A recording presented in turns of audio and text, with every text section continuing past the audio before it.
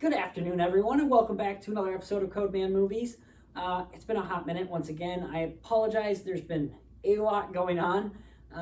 Just working, again, exploring the area. It is now getting close to summer. It's nice weather. I've been outside a lot. Poor Chester had a ruptured anal gland a couple weeks ago, so he's doing fine. He was just not happy because he had to wear a cone, and his butt was bleeding and pussing all over the place. It was gross. But yeah, guys, it's been crazy busy. Really haven't been able to watch that many movies. Haven't been going to the movies as much as I would like. So yeah, it's been a little all over the place lately. But I have been able to watch some movies. So yeah, I have enough movies to talk about. Let's talk about some movies, guys. Grab your drink. Today, I'm actually drinking an alcoholic beverage. I am drinking a blueberry margarita made by yours truly with real blueberries in it. And yeah, margarita. It was Cinco de Mayo this month. Last week, I don't know, when was that? Friday? I can't remember. Anyways, guys, let's talk movies. Let's stop screwing around. Movie time. First up, guys, we have Dumb and Dumber. This was a movie we watched in Film Club. The category was bird movies. Yeah. So there's a couple bird-related things in this movie. There's Petey the dead bird, and there's also Mockingbird. I believe there's one more. Oh, the birds, the owls. Lots of birds in this movie. Anyways, guys, this is such a classic, amazing comedy. Jim Carrey was just at the top of the world in 1994 with the release of Ace Ventura, I believe, in February, The Mask in July, I want to say, and then Dumb and Dumber in December. All of them number ones, too. I think he was the first actor ever to do that in 1 year. So yeah, the man was a star. It's such a classic, amazing movie. If you don't know this movie, what the hell's wrong with you? This movie is about, basically, Jim Carrey's a limo driver. He drives this beautiful woman to the airport, and she drops a briefcase, which turns out is supposed to go to people who are holding her husband ransom. But he does not know that. Jim Carrey does not know that. So he and his friend Harry decide to make a road trip to Aspen, Colorado, where she lives, to give back the briefcase. And that's essentially the movie. It's a road trip movie, a buddy movie. It's just such a great movie. There's so many classic lines from this movie. The annoying sound in the world. The bits at the hotel. The entire gas station scene. So many one-liners. I don't even want to spoil them if you haven't seen this movie before, because it is just fantastic. There's so many great lines in this movie. Jim and Jeff are just so perfect in this movie. Their chemistry is amazing. The fact that Jeff Daniels has gone on to do such serious work, it's so weird to think that he has done a role like this where he's just dumb. It's great. I love that they are kind of the only dumb characters in this movie. Everyone else is actual normal people, and they're just kind of dumb, and it just makes it hilarious. It's a really simple premise at the end of the day. It is a road trip to just deliver a case to a woman, and that's really about it. And while some of the jokes are immature, pee poop, some gay jokes that don't necessarily hold up, but for the most part, they're good. They're funny pee-poop jokes, and they really do work. Jim just does so many amazing things with his face that it's just, I don't understand how Jim Carrey can move his face in the way that he does. It's just amazing. His physical comedic work is just insane. Just off the charts incredible. And then just, again, simple jokes like, for example, there's a scene where Jeff Daniels' character is just sitting on the side of the road and it's his butt crack hanging out. It's flippin' hilarious. And it's so simple, so subtle. You see me sitting anywhere, you're going to see my butt crack. I have no butt. Therefore, you always see my butt crack, which is why I tend to wear clothes that are too big, at least up here. They're always covering my ass because it's just that bad. So yeah, those simple things are just hilarious. This is just a movie that everyone quotes. You're saying there's a chance. So many people say that, and I know so many people who don't even know what they're referencing. They just reference it because they hear it so much, because it's just one of the most amazing comedies of all time. It's just so good. One thing I really don't love about this movie is a thing that comedies seem to like to do for some odd reason. They try to turn into action movies for some reason. People have to get shot and nearly have to die. I just don't get it. Why does it need to have this serious ending, life-threatening kind of situation? There's enough comedy mixed into it that it works, but it's still just something that always bugs me with comedies. Ted does it. Ted is one that really bugs me because Ted literally dies, spoiler alert, and then comes back to life. It doesn't need to be like that. We don't need seriousness as a comedy. You could have just had the drama between this love triangle type thing and find out, oh, she's married. And that would have been good enough, I think, in my opinion. So yeah, overall, guys, solid movie. By the way, this poster is amazing. I want this poster. I don't know where I can get it, but I want to get it. It's such a good poster. And there's kids outside and they're crying. I think because they had to leave the pool. Chester's sitting by the window. He's like, shut up. Anyways, guys, I love this movie. It's a solid one. If you have not seen Dumb and Dumber, do yourselves a favor and watch Dumb and Dumber. You're going to laugh your butt off. This lady's watching me. Her mom is like watching me through the window. And it's really kind of weird. This is kind of fun. I'm not going to lie. Yeah, that's right. You better run. Okay, guys, Dumb and Dumber, 9 out of 10. I really enjoy this movie, besides the ending. It's really solid and good. Oh, Chester saw light. He's going to go chase after. Next up, guys, Dumb and Dumber 2. I watched the first one, so I had to watch the second one. This movie's almost 10 years old. It's weird to think. And I remember seeing it in theaters. Everyone returned. The Farley brothers, who directed the first, Jeff and Jim returned. The first thing you have to, first of all, if you don't know what the plot is of this one, it's essentially the same thing, except they're going to go look for Harry's daughter. Harry needs a kidney, and so he needs to find his daughter to give him her kidney. And that's kind of the plot. Again, it's the same thing. It's a road trip movie, essentially. Immediately, the biggest thing I have to say, though, is that the chemistry is still there for these guys. Jeff and Jim just have it. They're both their dumb selves, and it's great. We also immediately see that they're not the only dumb characters in this world anymore. Their neighbors are dumb. Their family is dumb. Everyone in this movie is just kind of dumb. To the point that there's like scientists at the end of the movie, and they're a fan of this one scientist that Harry pretends to be, and they don't know what the scientist looks like. And it takes place in 2014 with internet and stuff, smartphones, but they don't know what this guy looks like. People are just dumb in this movie. That's where the negatives start with this one.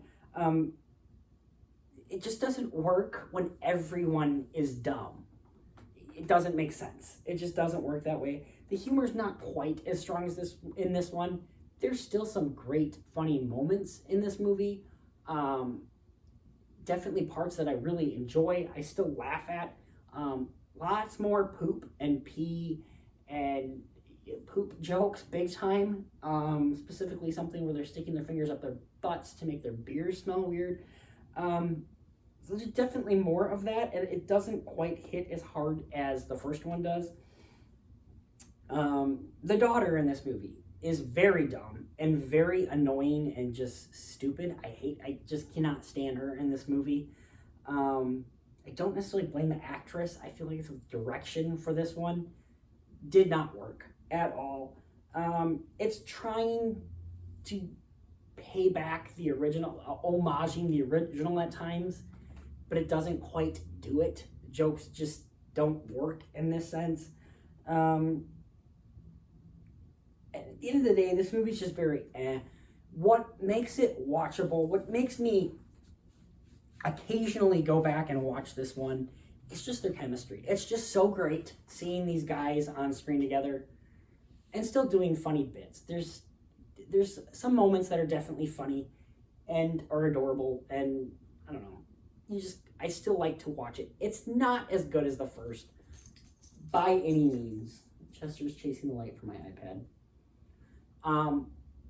But I still just find myself enjoying this one. Again, not even close to the first. And I struggle with the rating on this one. When I first saw this movie in theaters, I thought it was funny. But at the same time, I was in a theater with a bunch of strangers. Everyone's just kind of laughing together, and that is infectious. When I watch it at home, it's just not quite as funny. I still think this is a good movie, though. Just not great. I'll give this one like a 6 out of 10. It's fine. Just nothing spectacular. Chester's trying to find the light. He likes to hunt light. He's like terrified of light and doesn't understand it. Do you, Chester? No. You don't understand light. Can you guys even see him? I don't even know if you can. No, he's going back and forth. So I'm sure you're at least seeing his butt and tail. Yeah, there's his butt. Yep. That's a nice looking ass, isn't it? So you guys, Dumb and Dumber 2, 6 out of 10. Not quite as good as the first. Next up, guys, Promising Young Woman. If you've not seen this movie is about a woman who goes to clubs, acts like she's drunk, has the men take her home, and then goes, surprise, I'm not drunk. And it essentially just teaches them a lesson. You don't necessarily know why she's doing it till a little bit later in the movie.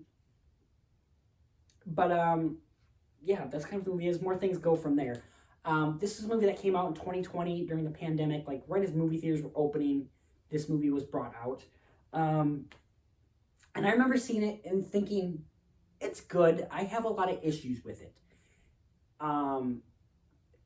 This is the second time I've watched it. The reason why I watched it, I was watching the Russo brothers YouTube channel, and they interviewed the director and writer of this movie. I forget her name, but is there a poster there? It's kind of hard to see. Written and directed, I can't see it. Anyways, writer-director, she was on the show and was talking about the movie, and I just wanted to see if I liked it a second time around. I still feel the same about this one, guys. This is a movie that I very much respect. I just don't love it like I want to. The performance by Carey Mulligan is incredible. She does such a great job. The moments where she's playing drunk and the next second, boom, she's just this got you, is fantastic, is really great. I do love the message of women are treated like crap and it's about time that men get their due.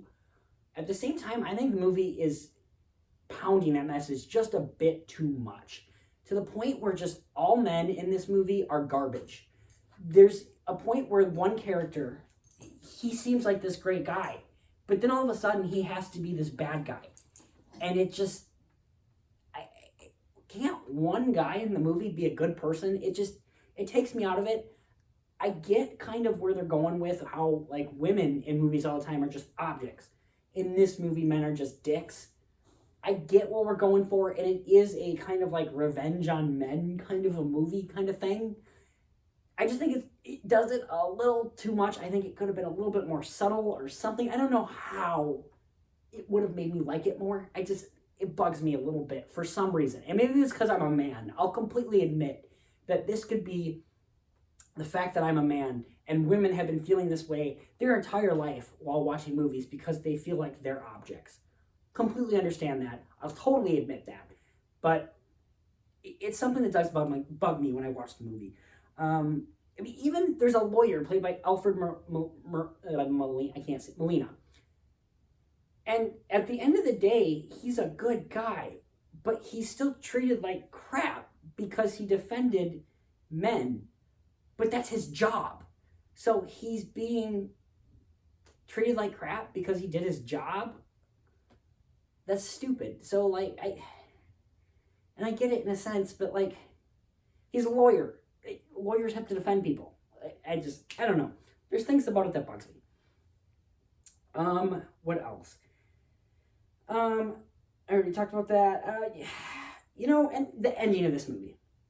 The ending, I'm not a fan of. It just kind of comes, it gets crazy and weird. And I don't fully love it. The direction of this movie, it falls apart for me towards the end. again, this is a movie I don't know. I struggle with this movie. I want to like this movie more than I do. And at the end of the day, it's good. It's not a bad movie by any means. It's just a movie I struggle with. I think the writing maybe could have used a tune-up. And I think a little bit of a stronger direction by the end would have been better, in my opinion. Still a solid movie. I'll give this one a 7 out of 10. Not at all a perfect movie. Not at all a bad movie. I think this movie got nominated for Best Picture in 2020 because no other movies came out. For the year of 2020, I guess I'm fine with that. It was solid. I just wanted it to be more. I think this movie could have been amazing. And in the end, I had some issues. I don't know, it bugs me for some reason. I can't even necessarily explain it. This movie just bugs me a little bit. Gosh.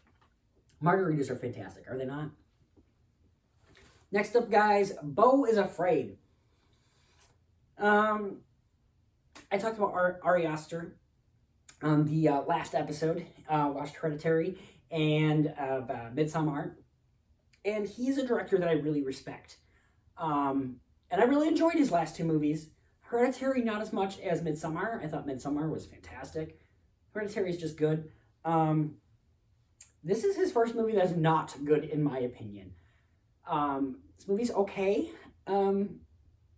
Basically, if you know what this movie's about, basically the character of Beau, played by Joaquin Phoenix, is going on, he's a man with anxiety, and he's just having crisis after crisis after crisis, and things go from there. I don't even know how to explain this movie. This movie is a 3-hour just bad thing, bad thing, bad thing, bad thing, bad thing, bad thing. It's so weird and out there. Ari Aster's direction is interesting in this movie. You can tell this is very personal to him. You can tell Ari Aster is a man who has struggled with anxiety in his life. So many different things you can tell by watching this movie. And it just doesn't fully go the way that I feel it should have. This movie is very pretentious. I feel like Ari Aster is jerking off to the camera, similarly the way I've talked about, what's his name? I can't remember. The guy who does the cartoony stuff. I can't remember. Anyways, it's very pretentious, in my opinion. A little too crazy, a little too, oh, look at this beautiful shot. Isn't this incredible? Oh, I'm an auteur director. I just, not a fan of this one at all, really. From the start, you're wondering what is going on, where are we at? There are moments of this movie where you think you're in a futuristic world, but then they say, no, it's current day. You're like, okay, is this a multiverse? And then there's another moment where it's just nice and happy and it looks like current day. And then you get to the next point where you think you're back in the 1600s or something, and it's just, I don't know what this movie thought it was doing, and it does not work. Some people are really enjoying this movie. I film's subjective. So if you enjoy it, awesome. I don't. I have so many questions with this movie and what exactly Ari Aster was trying to do with this one. Because it just does not work for me. And I don't understand some of the choices in this movie that were being made. This is also one of those movies that people are going to say you don't understand it, which I guess could be an argument in a sense. Please tell me what I didn't understand. I mean, I guess we'd have to talk spoilers. If you're ever seeing me and you say, Cody, that's not a movie you didn't understand, let me explain it to you and we can talk about it spoilery, great, let's do that. In a non-spoiler sense, I think I completely understand this movie. I just don't think it's done well, in my opinion. Technically, it's great, but a technically done movie is not a good movie. It's just a technically done movie. I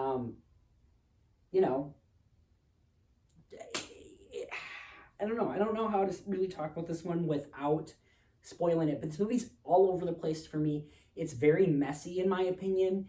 It has no focus, in my opinion. It's trying to be many different things at once. and it feels like a waste of time. By the end of this movie, the very last scene, I'm like, why did I spend 3 hours watching this movie? I don't get it. Why did I want to waste my time? I get what you're trying to say. I get what you're doing. It seems like a waste of time to me. And that's what this movie felt like. Again, this is another movie I respect because of the technical aspects of it. There's like 20 minutes of this movie that's like a cartoon. Literally a cartoon. And I respect that, even though it doesn't make sense really when they put it in. And it just slows down the runtime of the movie, which is already 3 hours long. It's a long movie. So yeah, this is a movie I just... I'll give this movie... I'm going to give this a 4 out of 10, guys. This is nearly bad, in my opinion. It's just not good. It's technically great, but the movie itself's just... just thinking about this movie makes me want to just... Not a fan. Not a fan at all. Oh, come on. Next up, guys, a Rear Window. Another movie we watched in Film Club. Category was James Stewart movies. And I also want to take a second to talk a little bit about Film Club. I'm no longer going to be a part of Film Club anymore. The one that I'm with anyway. There has been some negativity in Film Club that I just don't like. I don't feel that when we are talking about movies, there should be negativity. We can talk about negatives in movies and have a creative conversation about it. But the negativity is not something I like. Within the last couple months, there's been a lot of people... We have a lot of people in Film Club have Letterboxd, and there's been a lot of people looking at my Letterboxd, for example, and looking at a score on Letterboxd, and immediately have called me out for my scores without asking me, is this right? Or saying, why didn't you like this thing? And that happened with this movie. When I'm filling out, I don't care at all about Letterboxd. I hate Letterboxd.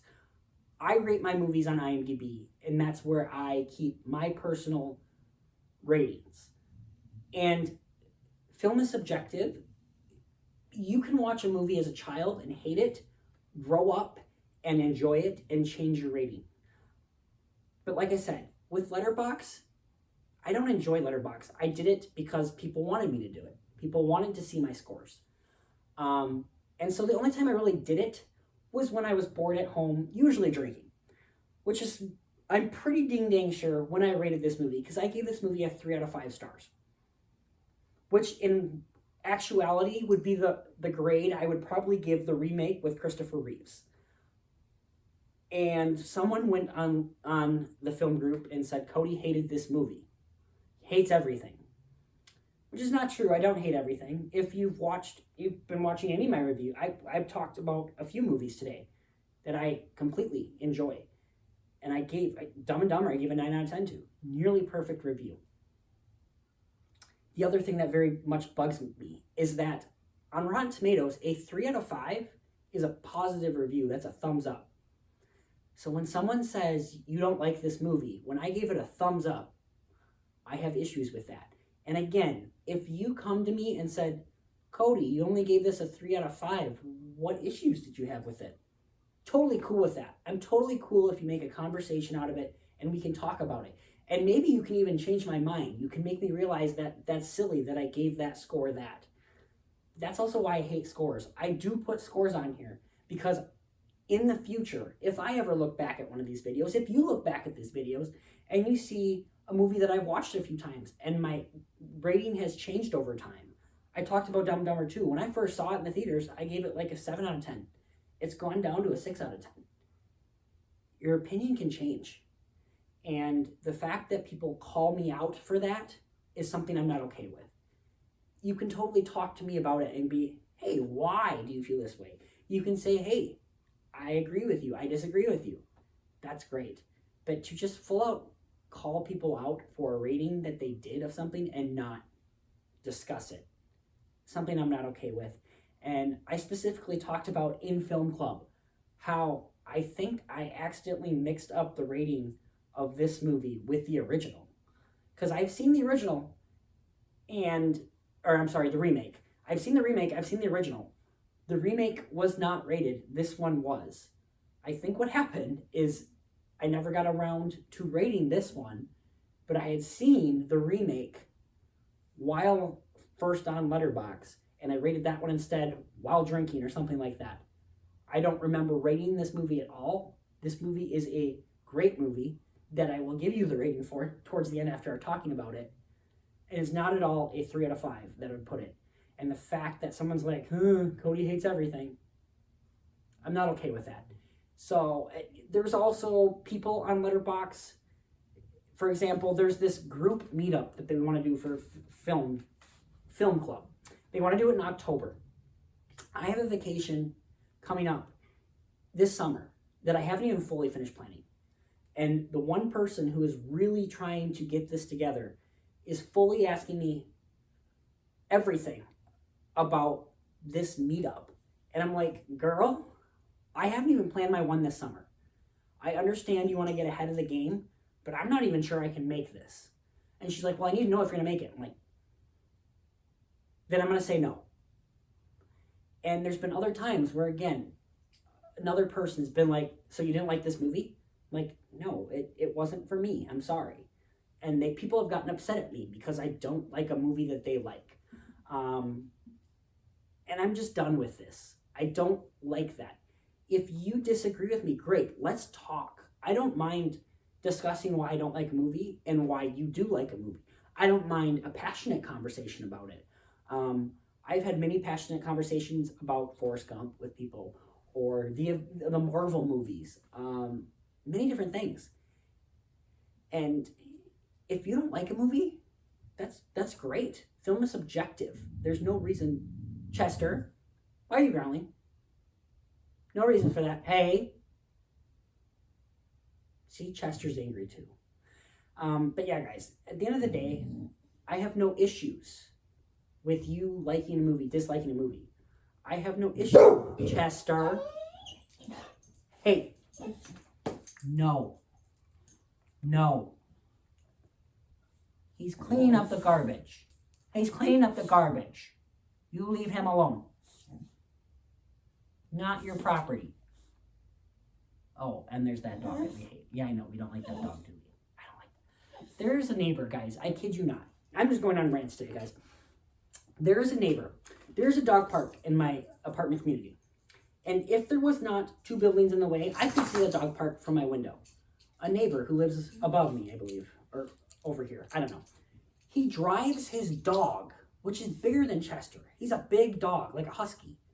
He drives his dog to the dog park and drives him back. He won't even take his dog for a W-A-L-K. I can't say the word because Chester's here and he'll get excited. And that drives me nuts. So I hate that man. He's also extremely overweight, and I see him getting fast food every day, and it drives me nuts. But anyways, going back on my rant, my other rant.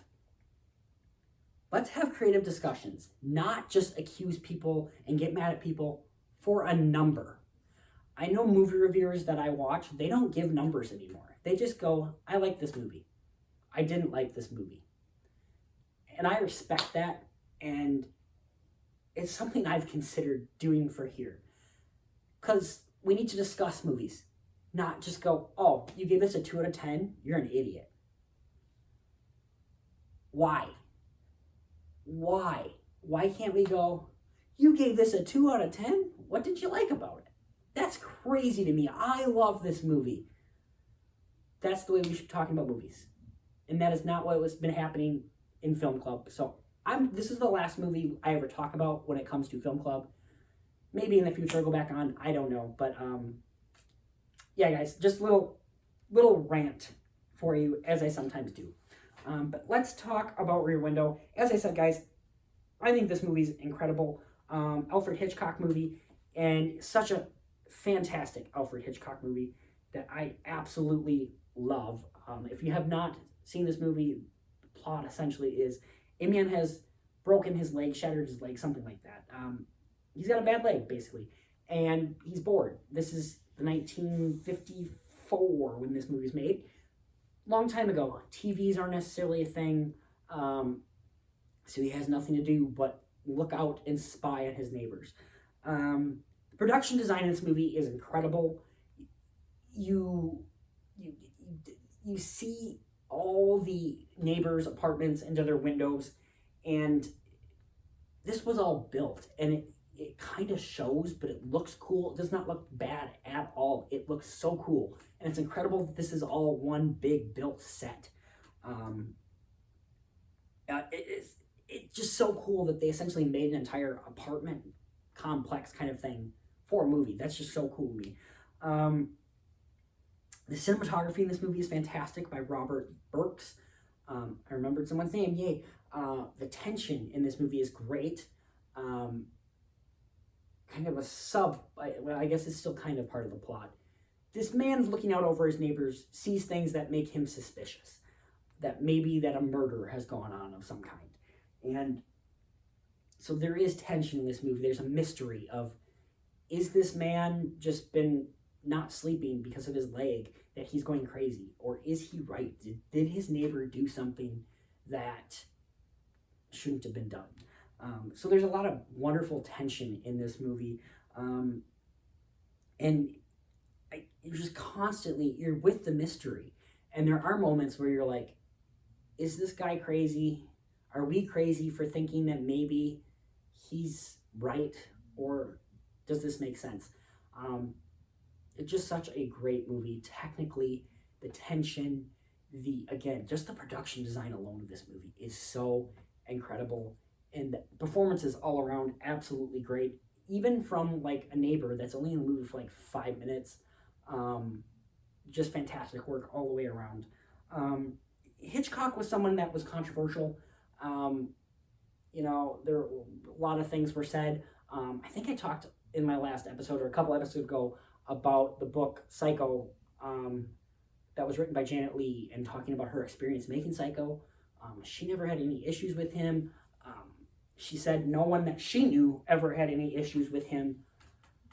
So it's just interesting to know different, opinions of people on Hitchcock. And I do wonder what is true and what's not. But yeah, I think Hitchcock's great. I love his attention to detail and the little things he does, and just his ability to really raise tension is just great. I love it. And I really like this movie a lot. Not my favorite Hitchcock movie, but it's up there. It's really enjoyable. I'm going to give this one a 9 out of 10. My biggest issue with the movie, I think, is just the pacing. This movie is like an hour, 50 minutes. It feels like it's over 2 hours at points. And I think maybe it's hard to know what would be trimmed out, but there's little moments I think could be trimmed out. So yeah, guys, that is Rear Window, my rant about how people are stupid and don't discuss movies and instead point fingers at you. The things I rant about, guys. Next up, guys, it's Guardians Week. So I, of course, had to watch the Guardians of the Galaxy movies. What are we at? Oh, we're at a half hour. I'm going to speed up things a little bit. Make sure to still talk about everything, though. This movie came out in 2014, guys. It's almost 10 years old. That's insane. But I remember seeing this in theater. I don't remember if it was opening weekend or the week after, but I remember I going with my brother. And his biggest issue with the movie was that Hooked on the Feeling was only in the movie one time. He said it should have been there multiple times. My brother was younger at the time. He was maybe, 10. What would he have been? I don't know. Something like that. 10 probably. But yeah, that was his biggest issue. So yeah, guys, if you don't know what this movie's about, it is a bunch of misfits essentially come together to save the galaxy. And the fat ass is already back from taking his dog on a walk. What was that, 5 minutes? When the man does take a dog for a walk, 5 minutes. It's a husky. It's insane. It's all right, Chester. Good boy, not barking, though. That's a good boy. That's a good boy. Yeah, good boy. Yeah, boo, boo, boo, boo, boo. My dog thinks I'm crazy, and so do you. Anyways, guys, Guardians of the Galaxy. Group of misfits come together to save the galaxy. Essentially what the movie's about. This movie is wonderful, guys. I absolutely love this movie. James Gunn wrote and directed this one. Co-wrote this one, I believe. I'm not sure. But yeah, guys, he directed this one, wrote this one, and you immediately can tell how much he cares about each and every one of these characters, and he cares about the story, and it just shows. His direction is phenomenal in this. I love the writing in it. This movie has such great flow and pacing to it. Everything feels needed and warranted, and every moment feels like it's building to something or matters in some form and capacity. All the characters in this are fantastic. They have these tragic backstories or just have things that make them then. And it's amazing that we care about a tree in this movie and a raccoon, but you totally do, which they're my two favorite characters. Groot and Rocket are incredible. I absolutely love them, and they're just great.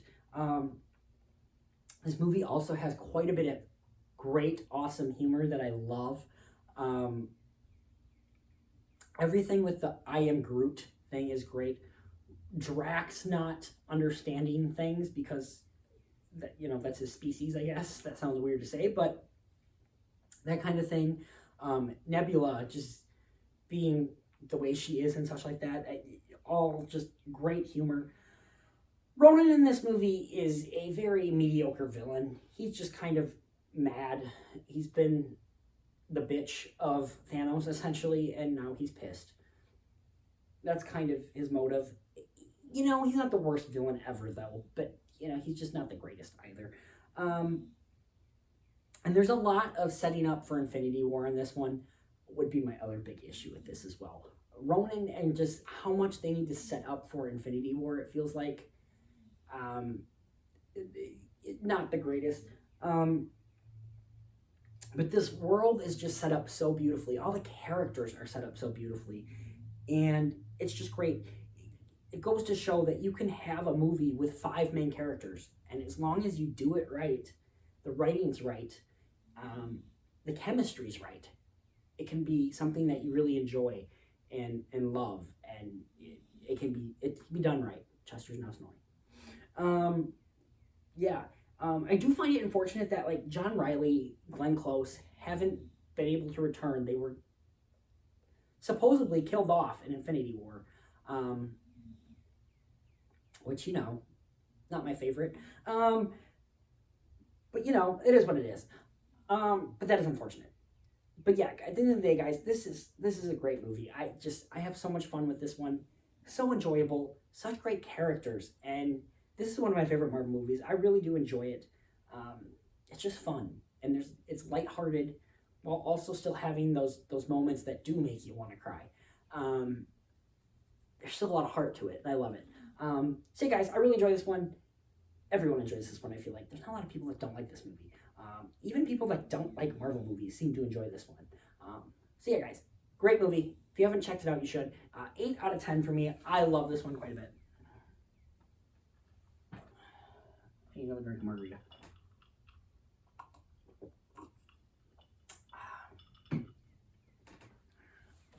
Next up, guys, Guardians 2.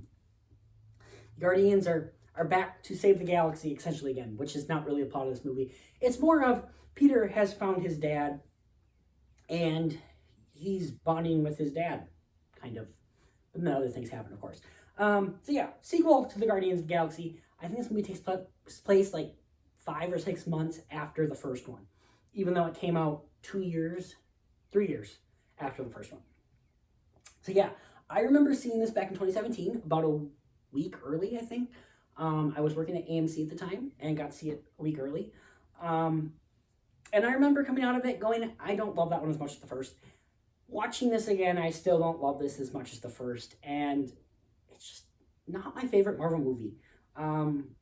This movie's a cartoon at times. There's a lot of jokes in this movie, while funny, a lot of them. It just doesn't work for the movie, in my opinion. It's just kind of thrown there just because. I think the direction in this one isn't as strong as the first. I feel like this one's a little bit more all over the place at times, and just it also separates the group. It does build more on the character. It gets more of the backstories of each character. They're all kind of just separated, and the chemistry that you love about the first one is not in this one. Uh, so it is, it's just, it feels a little more all over the place in this one. And it has way too many jokes. While funny, I just think they're overused. And they're just jokes that I don't find that funny. For example, Drax, his nipples being sensitive. Okay? And it's referenced like 2 or 3 times, and I don't know. I don't find that funny for some reason. I mean, is it funny that he's saying my nipples are sensitive? Yes, but I don't know. I don't find that funny. And I just think, like, Drax, for example, is a complete idiot. He wasn't an idiot in the first one. He's just a little clueless at times. That's not how he is in here. And I don't like that. I don't know. I didn't love that. Great stuff in here with the villain, Peter's dad, Ego. I think Kurt Russell does a great job. He's one of the better Marvel villains, in my opinion. His motivation does make sense, even though it's a little out there, I guess you could say. But I love it. I enjoy his work. Kurt Russell's great in this movie. You can tell he's having fun making the movie, and that's awesome to see. So yeah, I really enjoy him as a villain. There's Yondu stuff in this towards the end of the movie. Yondu and Peter stuff. I don't buy it. I just don't. I get where it's going, and like people have said, like they cry their eyes out watching this one. I don't. I roll my eyes. There's a line that's at the end of the movie. I'm just like, oh my god, no, nope, I don't, no, no, no. And I think it's maybe because I have daddy issues. Totally could be it. I don't know. I just don't fully love it as much as a lot of other people do. But again. What I really like about this one is there's a lot of character work. We find out a little bit about Rocket. We find more about Gamora and Nebula. Peter definitely has a lot we learn. Drax, we find out more. And the introduction of Mantis is great. She's so good that you forget she's not in the first. And I really enjoy her. Villain is better in this one, which I appreciate. And today for me, the things I just don't like is how much humor's in it, how unfocused it is, and I will also say this too, the visuals are not as good in this one. There's a lot of green screen, and it shows. They're on Ego's planet, and it's all green screen, and you can tell they're standing in front of green screen, and it bugs me this time around. It takes me out of the movie quite a bit. But yeah, guys, it's still a really solid movie. This is still a good movie that gives a lot of character, and I do like that. So you guys, an enjoyable movie, not as good as first. I'll give this one a 7 out of 10. I really enjoy the Guardians of the Galaxy Volume 2. Great soundtrack as well. I forgot to mention that was the first one. Good golly, what great soundtracks in these 2 movies. Absolutely love it. Before I talk about Guardians 3, I forgot to put up posters for Infinity War and Endgame. I did watch Infinity War this week. I did not watch Endgame because I already watched it this year. And there's really not a whole heck of a lot of Guardians in that one. There are Guardian stuff in Infinity War. I should have the poster, and I just totally forgot about it. Infinity War, let's talk specifically about the Guardians. The Guardians are, just out there helping people and hoping to get money for it, usually is what it sounds like they're usually trying to do. And then they end up meeting Thor, and Rocket and Groot go with Thor. They have that kind of stuff where Rocket is realizing, is kind of like relating with Thor. There's that beautiful friendship between Thor and Rocket that builds even more in Endgame. And that's kind of where that stuff goes. And then we see with Quill and Gamora that they did kind of start this relationship. We see more with Nebula and Gamora, and that complicated relationship, the relationship with their father Thanos. So that all builds as well. Drax is kind of the same. He's just kind of an idiot in these movies, less of an idiot than he is in Volume 2. But yeah, you also see the Mantis stuff with Drax as well that I really enjoy. So a lot of, again, more building of the characters. We do see them fight Thanos, which is great. I want to talk about that Thanos fight scene, though, with the Guardians, because Quill is the one that punches Thanos. If Drax had been the one to punch Thanos, I would have been more okay with it. Quill punching Thanos is something that does bug me. I don't take points off the movie for it, but it's like, okay, you just made something happen to make something happen, so the story could continue. And it's weird, because even earlier in the movie, when they're on Nowhere, and they're going to try to get Thanos, Drax immediately just goes into battle trying to kill Thanos, and Mantis has to stop him. Why wouldn't Drax be the one to try to stop Thanos? Why is Drax holding on to Thanos? Shouldn't it be opposite? Like, Quill is the one who kind of wanted to make a plan and wanted to get Thanos, while Drax wanted to rush in. But the next fight that they do with Thanos, Quill wants to immediately rush in while Drax is holding him down. It doesn't make sense to me. So that does bug me a little bit. It just doesn't make sense. It should have been reverse roles.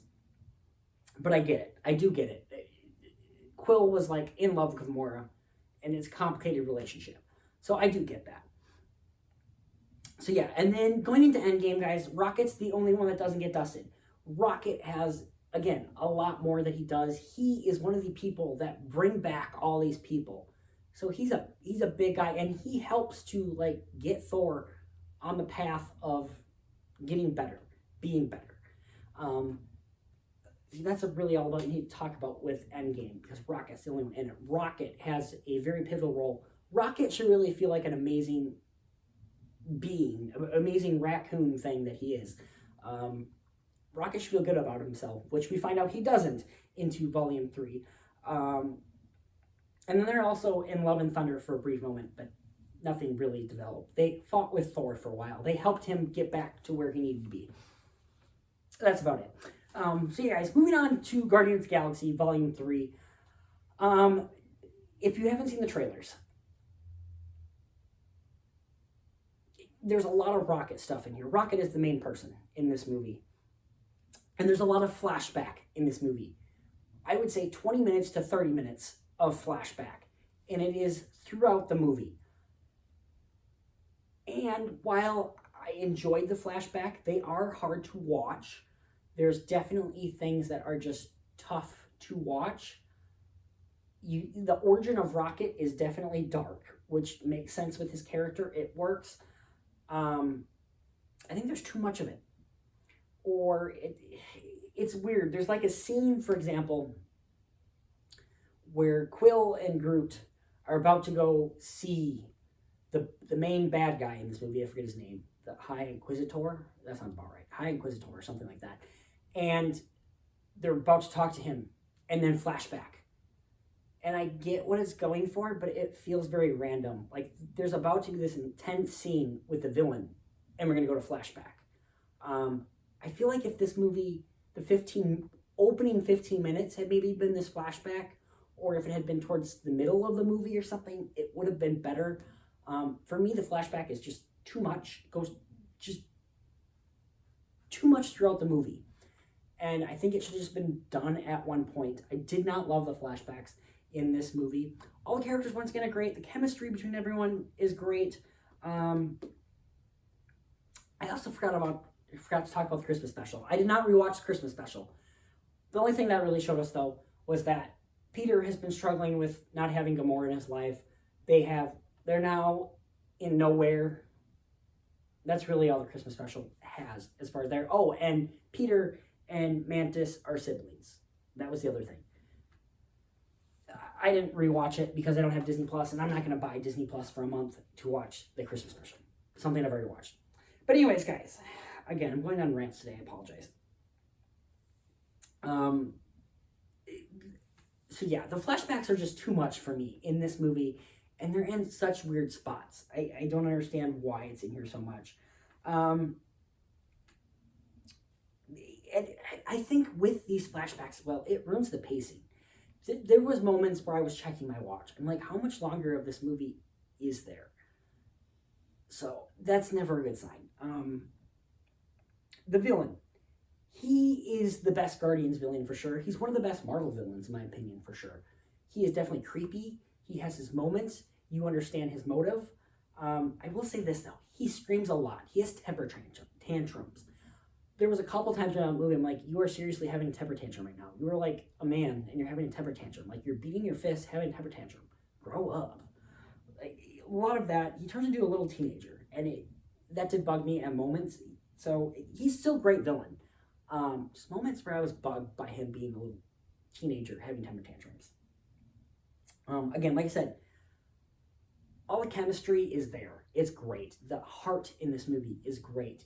Definitely heartbreaking moments in this movie that totally work. The humor for me is a lot better than it was in the second one. It's toned down a little bit, which I enjoy. So I think the humor was better in this one. Adam Warlock was a character that was teased in the post-credits of Guardians of the Galaxy Volume 2. He does nothing in this movie. He's just kind of a plot device to make things happen. He doesn't do nothing. He's kind of worthless, and I didn't need him to be in the movie. I forget the guy who plays him. Will something.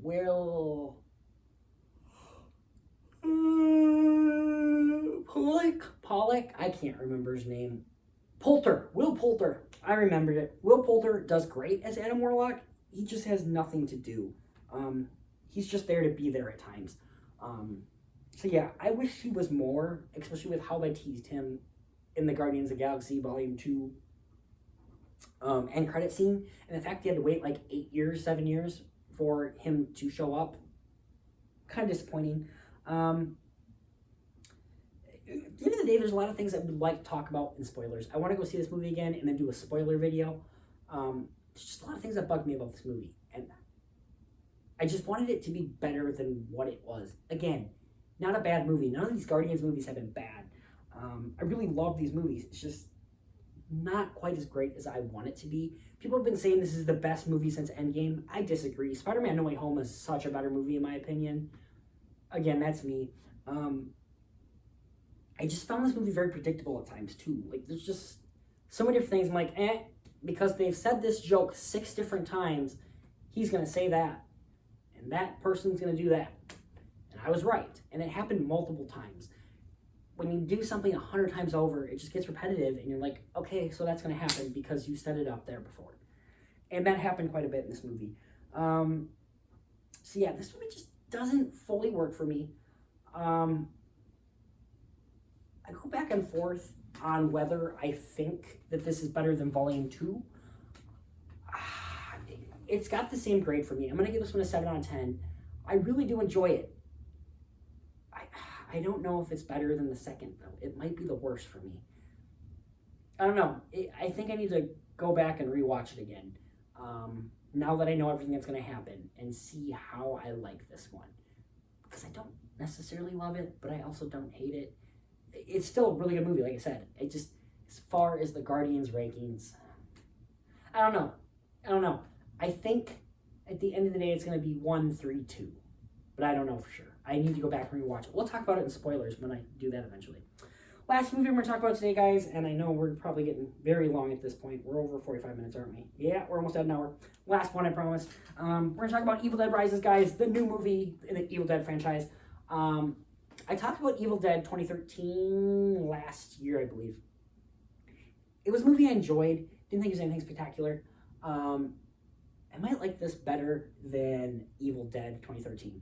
This movie is about a family that is kind of trapped in their apartment when their mother kind of gets possessed and goes crazy. And it's a crazy movie, guys. This movie is bonkers. It's different than other Evil Dead movies in the sense that they're not in the woods. They're just at a cabin. They're at their apartment.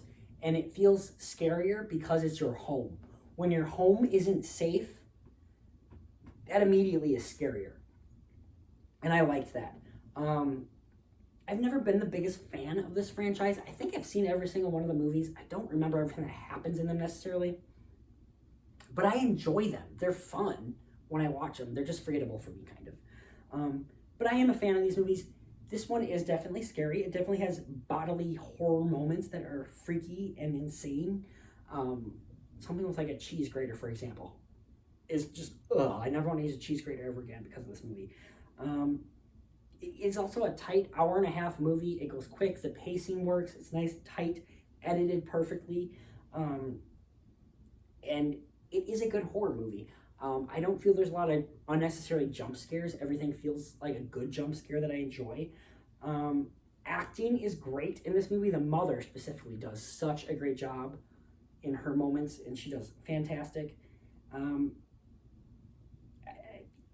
It just does a great job of scaring you. If you like these kind of movies, I think you're gonna like this movie. There is something that happens at the beginning and the end that kind of open and ends the movie that feels very unnecessary and just shouldn't be there. But the opening does have also one of the best title cards that I've ever seen in a movie. It's great, but I feel like there would have been a better way of doing it. I don't know. But yeah, guys, this is a great movie. Just the horror, the look of the movie. It's also bloody. I want to know how many gallons of fake blood in this movie were used. It's probably an insane number because there is so much blood. This movie also relies a lot on special effects. There's a lot of things that happen that just aren't real. They don't look the best. I wish they had used like puppets or something and maybe make it look a little better. Mixed it with CG maybe. So, you know, little things. It's more little things with this one. It's a horror movie. It does what it sets out to do. I always say, like, Dumb and Dumber, for example. Is it the greatest movie ever? No. But as far as a comedic movie goes, it's a 9 out of 10. This is a really strong movie in a horror sense. Is it the greatest movie ever? No, but it does what it sets out to do. And that's all I care about when it comes to a horror movie. And it does still have a basic story. And like I said, this movie takes place in an apartment. And when you're home, my apartment feels scary. That's a scary thing, and I do like that. So you guys, Evil Dead Rise, I'm going to give this movie, I'm going to go 8 out of 10 for this one. I really enjoy it. It's really solid. If you do like horror movies, if you do like the Evil Dead franchise, I think you might enjoy this. It is a fun horror movie, and I really enjoyed it. So you guys, that's the end of this for today. I'm sorry I went a little overboard. Yep, we're almost at an hour. I apologize for that, but I need to catch up. I had a lot to talk about. I apologize for not getting videos out. Like I said, things have been crazy with my life lately, with work and stuff like that, and a lot of money has been spent lately. So I'm going to try staying at home for a while because I need to save up money for my vacation to Chicago and home this summer, which is about 75 days away. So yeah, lots going to be happening, lots going on. Fast and Furious is coming out, guys. I actually watched Fast and Furious last night. So I'll talk about probably all the Fast and Furious movies this next episode. Probably a Fast and Furious filled episode talking about Fast 10. And that might be the next video, which is 2 weeks from now, like 10 days from now. So yeah, no 2 videos per week. I tried doing that for a while. It worked with my ankle. I just got a lot going on, and I'm trying to do new things, try to bring myself out of my comfort zone and not stay at home and just watch movies all day. But I still love movies. I'm still going to talk movies. I'll still have episodes as much as I can. And I'm going to work on getting lighting better for this and a better microphone. I don't even think this microphone works anymore. I don't even know if this works. If this sound is all right compared to some of the videos where I've had a microphone, please let me know. If not, yeah. But yeah, guys, do all the things that you need to do, like, comment, all that fun stuff that I really don't care about because I do this more for me. So that in 30 years from now, hey, look at this idiot. Yeah, guys, that's about it. Chester says, see ya. He's sleeping and snoring like a dog right now. But, yeah, thank you so much, guys, for watching. I hope you guys have a good one. Enjoy the rest of your margarita or your beer or whatever you're drinking. By the way, sugar on the rim, not salt. I don't need salt in my rim. I don't like that. I know I'm weird. Anyways, guys, you have yourself a good one. Don't do anything I wouldn't do. Tip your waiters. When I mean tip, I mean push those bastards. Anyways, guys, have a good one. We'll see you next time. Bye.